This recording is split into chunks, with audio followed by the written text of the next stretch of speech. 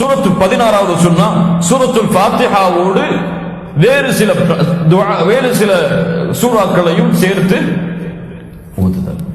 இதுவெல்லாம் சுன்னா என்று ஷேக் இப்னு பாஸ் ரஹிமஹுல்லாஹ் பதிவு செய்கிறார். இன்னும் பல சுன்னாக்கள் இருக்கிறது. என்ன சுன்னாக்கள் எல்லாம்? தொழுகையில் தக்பீரை கட்டினார், பார்வையை சஜிதாவுடைய இடத்தை நோக்கி அல்லாஹ்வுடைய தூதர் வீசுவார்கள். உடனடியாக தவாபு பணிவுடைய நிலைக்கு வந்து விடுவார்கள். ருக்குஇலே மணிக்கட்டை இறுக்கமாக கைகளை விரித்து பிடித்துக் கொள்வார்கள். சுஜூதுக்கு செல்லும் பொழுது கைகளை முதலில் வைத்து இரண்டாவது மணிக்கட்டை வைத்து சுஜூது செய்வார்கள். இதுவெல்லாம் எல்லாமே கருத்து வேற்றுமைகள் உள்ளதுதான். ஏற்றமானதை மட்டும் உங்களுக்கு கூறுகிறேன். சுஜூது செய்வார்கள். இதுவெல்லாம் சுன்னாக்கள். இன்னும் பல சுன்னாக்கள் இருக்கிறது. ஷேக் அவர்கள் 16 சுன்னாக்களை எமக்கு கூறி இருக்கின்றார்கள். இன்ஷா அல்லாஹ் பாடம் வரும் பொழுது பார்க்கலாம்.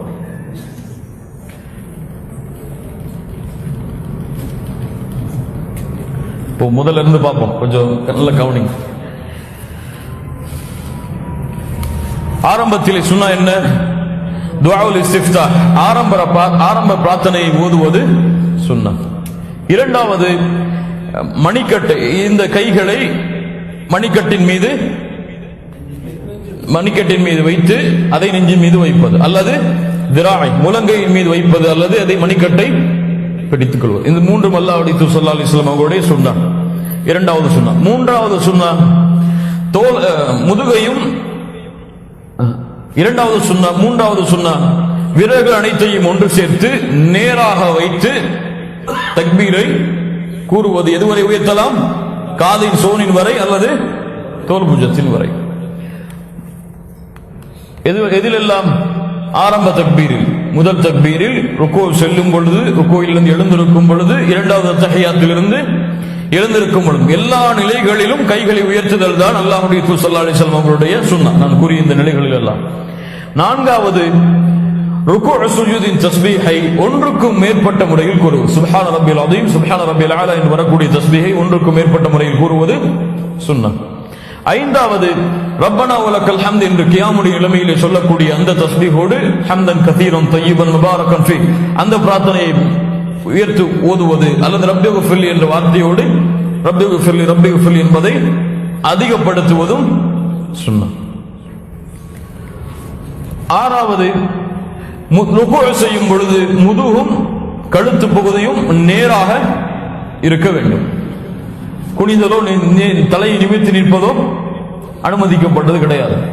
ஏழாவது, சுஜூத் செய்யும் பொழுது இரண்டு முழங்கைகளையும் விலாப்புறங்களிலிருந்து உயர்த்தி இரண்டு வயிற்று பகுதியை கால் பகுதியோடு ஒட்டி இருக்காமல், அல்லது கால் பகுதி இரண்டு அந்த மணிக்கட்டுகளோடு பின்னால் கண்டை காலோடு ஒட்டி இருக்காமல் விலக்கி வைத்தல் அல்லாஹ்வுடைய ஸல்லல்லாஹு அலைஹி வஸல்லம் உடைய சுஜூதுடைய நிலைமை. சுஜூத் செய்யும் பொழுது இந்த கைகளை பூமியில் படர்த்தி வைத்தல் அல்லாஹ்வுடைய தூதருடைய வழிமுறை கிடையாது, உயர்த்தி இருக்க வேண்டும். எட்டாவது. ஒன்பதாவது, முதல் அத்தஹியாத்திலே இருப்பிலே கால்களை பூமியில் படிய வைத்து அதன் மீது அமர்ந்து இன்னொரு காலை கிபிலாவை நோக்கி நட்டி வைத்தல். எதிலெல்லாம்? இரண்டு அத்தஹியாத்துகள் வரும். முதல் அத்தஹியாத்திலும் இரண்டு சஜிதாக்கள் வரும் பொழுது அந்த இரண்டுக்கு இடையிலே வரக்கூடிய இருப்பிலும், அந்த இரண்டுக்கு இடையிலே இருக்கக்கூடிய இருப்பில் என்ன முறையில் அமரலாம்? யக்கா என்று அழைக்கப்படக்கூடிய கால்களை பூமியில் ஊன்றி அதன் மீது அமரக்கூடிய, இரண்டு கால்களின் மீது அமரக்கூடிய முறையின்படி அமர்வது ஏற்றுக்கொள்ளப்பட்டது, சுன்னாதானது.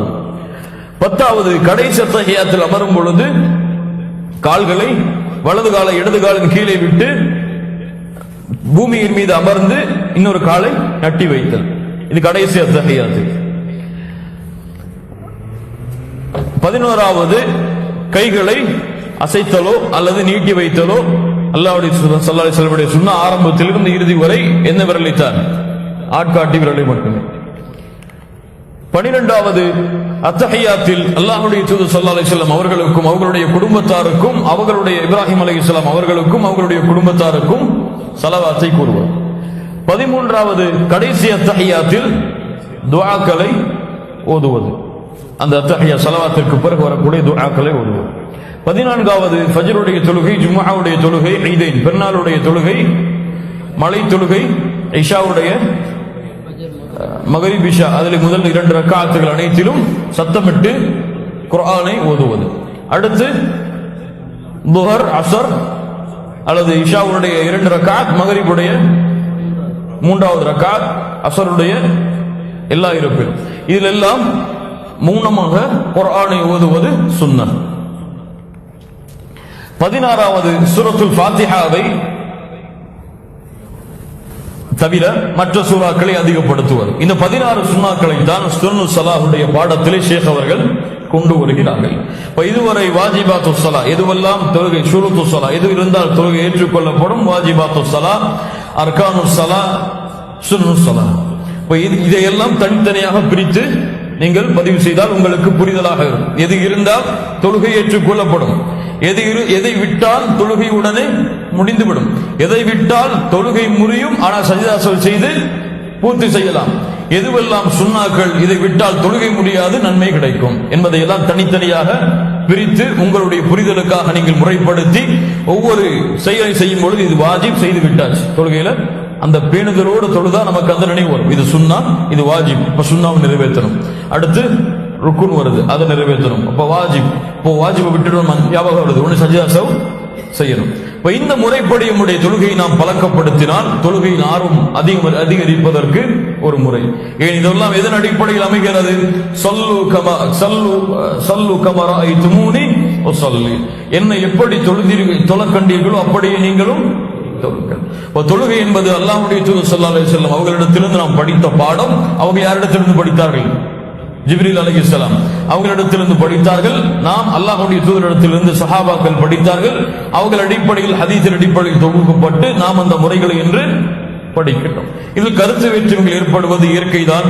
அந்த கருத்து வேற்றுமைகள் சரியான அறிவிப்பின்படி ஏற்பட்டிருந்தால் அதில் எதை பின்பற்றுவதும் தவறில்லை. பலகீனமான அறிவிப்பு, ஆதாரப்பூர்வமான அறிவிப்பு, அதன் அடிப்படையில் கருத்து வேற்றுமை ஏற்பட்டிருந்தால் ஆதாரப்பூர்வமான அறிவிப்பை கொண்டு செயல்படுவது சுன்னத்.